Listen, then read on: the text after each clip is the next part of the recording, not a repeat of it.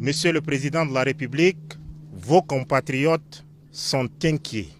Cela fait 10 jours que vous campez aux confins du lac Tchad suite à l'attaque lâche et barbare de la position de nos forces de défense et de sécurité engagées à Barkaram. Où en est-on très exactement 10 jours après le déclenchement de l'opération Askanit?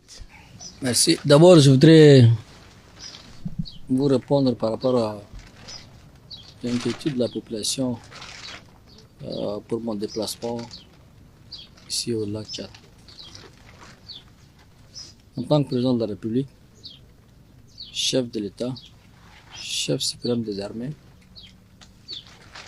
garant de la sécurité de nos concitoyens, garant aussi de l'intégrité territoriale de notre pays, il est de mon devoir de venir au lac Tchad, là où il y a eu l'attaque barbare qui a endeuillé beaucoup de familles. Nous avons eu beaucoup de martyrs et beaucoup de blessés. Donc, pour moi, il était très important de venir sur place pour d'abord compatir avec les soldats sur le terrain. Ensuite, comprendre ce qui s'est passé et prendre des mesures pour que cela ne se répète plus. Et pour prendre des décisions, il faut être sur le terrain. Il faut comprendre qu'est-ce qui s'est passé. On ne peut pas comprendre les choses en restant en Djamena, dans un bureau ou bien dans une chambre pour prendre des décisions. Il faut être sur le terrain. Et moi, je suis un soldat. Et en tant que soldat, je sais que pour prendre de bonnes décisions en ce qui concerne la sécurité, il faut être sur le terrain. Je sais que beaucoup de mes compatriotes sont inquiets par rapport à mon déplacement. Mais je voudrais leur dire juste, je suis un homme de foi. Et la mort est partout. Que tu sois en Djamena dans ton bureau, dans ta chambre, ou que tu sois ici, si l'heure est arrivée, tu ne pourras pas t'échapper. Donc, mieux vaut faire son travail, le travail dont le peuple tchadien nous a confié. Dans un premier temps, pour venir constater ce qui s'est passé et compatir avec mes frères d'armes. Deuxièmement, réorganiser notre dispositif. Troisièmement, lancer l'opération Askanit pour venger nos martyrs, pour éradiquer ces bandits des grands chemins. Nous avons déjà commencé l'organisation des dispositifs au lac Tchad et en même temps, nous avons lancé l'opération Askanit. Nous avons lancé par la voie aérienne, nous avons fait plusieurs frappes des positions ennemies. Ils ont eu beaucoup de morts et beaucoup de blessés. En même temps, nous étions en train de préparer nos forces terrestres. Et aujourd'hui, comme vous avez constaté, nos forces terrestres sont prêtes. Et maintenant, ils vont aller directement vers l'ennemi, l'anéantir. Nous allons leur faire payer ce qu'ils ont fait. En votre qualité de chef suprême des armées, quel est le moral de vos troupes engagées en ce moment dans l'opération Askanit? D'abord, vous avez vu tout à l'heure, comme moi, quand j'étais avec le soldat, l'aile morale est haut.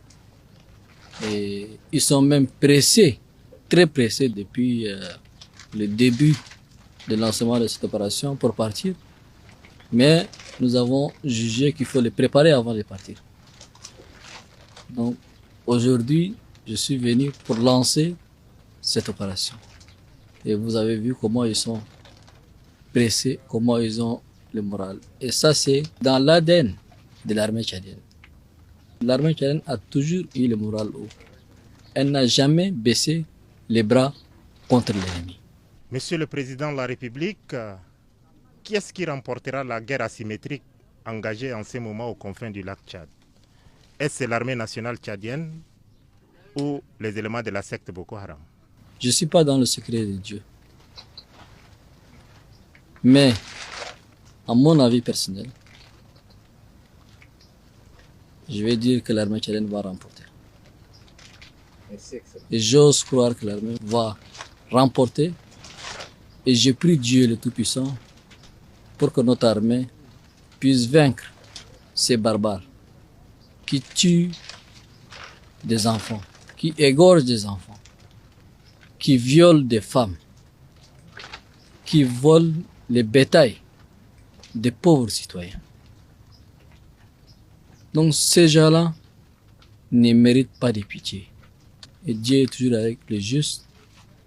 Et je crois que Dieu va soutenir notre armée. Dieu va être aux côtés des justes. Donc, l'armée nationale tchadienne. Le Tchad envisage son retrait de la force mixte multinationale. Qu'est-ce qui sous-tend cette intention? Vous savez, notre pays, le Tchad, s'est engagé contre le terrorisme depuis 2013. Nous avons participé